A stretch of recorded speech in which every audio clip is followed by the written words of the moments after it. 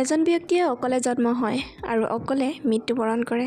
তেওঁ ভাল আৰু বেয়া কৰ্মফল নিজে ভোগ কৰে আৰু তেওঁ অকলে স্বৰ্গ বা নৰকলৈ যাত্ৰা কৰে। যদিহে ভিডিঅ'টি ভাল লাগে তেনেহ'লে স্কিপ নকৰি শেষলৈকে চাব। লগতে like, comment, share and subscribe কৰিবলৈ নাপাহৰিব। ধন্যবাদ। আপুনি বাৰু কেতিয়াবা মানুহে ৰক্তপান কৰাৰ কথা শুনিছেনে? জানিবৰ বাবে এই খবৰটি পঢ়ক।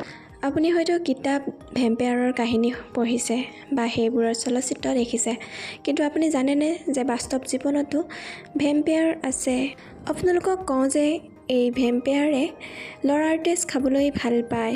বিশ্বই অষ্ট্ৰেলিয়াৰ কুইন্সলেণ্ডত থকা 38 বছৰীয়া জৰ্জিয়া কণ্ডনক বাস্তৱ জীৱনৰ ভেম্পায়াৰ হিচাপে জানে। ইয়াৰ কাৰণ হ'লেও তাই তেজ নোখোৱাকৈ জীয়াই থাকিব নোৱাৰে। যেতিয়া জৰ্জিয়াৰ বয়স 12 বছৰ আছিল, তেতিয়া তাই প্ৰথমবাৰৰ বাবে মানুহৰ তেজ সোৱাদ লৈছিল।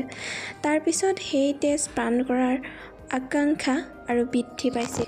17 বছৰ বয়সত তাই এনে এজন বন্ধু বিচাৰি পাইছিল যিয়ে তাইক কেইবাদিনো তেজ খুৱাইছিল। কিন্তু আপুনি জানি আচৰিত হ'ব যে তাই কেনেকৈ তেজ পান কৰাৰ অভ্যাস গঢ়ি উঠিছে। জৰ্জিয়াৰ তেজ পান কৰাৰ অভ্যাস ভেম্পায়াৰৰ লগত জড়িত।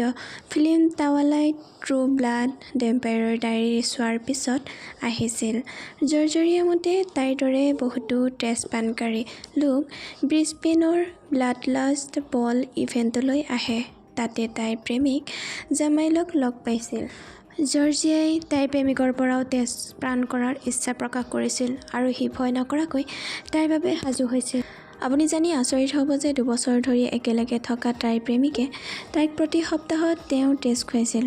সেয়েহে এই অভ্যাসৰ বাবে জৰ্জিয়া বহুতো ৰোগত আক্ৰান্ত হয়। তাইৰ ৰক্তহীনতাৰ লগতে থেলাছেমিয়াও আছে।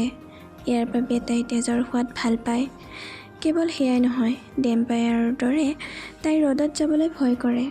জৰ্জিয়াৰ কথা শুনি সঁচাই আচৰিত লাগে, নহয়নে? আমাৰ পিছত এনেকুৱা ধৰণৰ মানুহ আছে যাৰ কথা শুনিলে বুকু কঁপি উঠে, ভয় লাগি যায়। যদিহে আপোনালোক সকলোৱে এনেধৰণৰ আচৰিত ধৰণৰ ভিডিঅ'বোৰ চাব বিচাৰে, নজনা কথা শিকিব বিচাৰে, তেনেহ'লে ভিডিঅ'টি ছাবস্ক্ৰাইব কৰি থৈ দিব।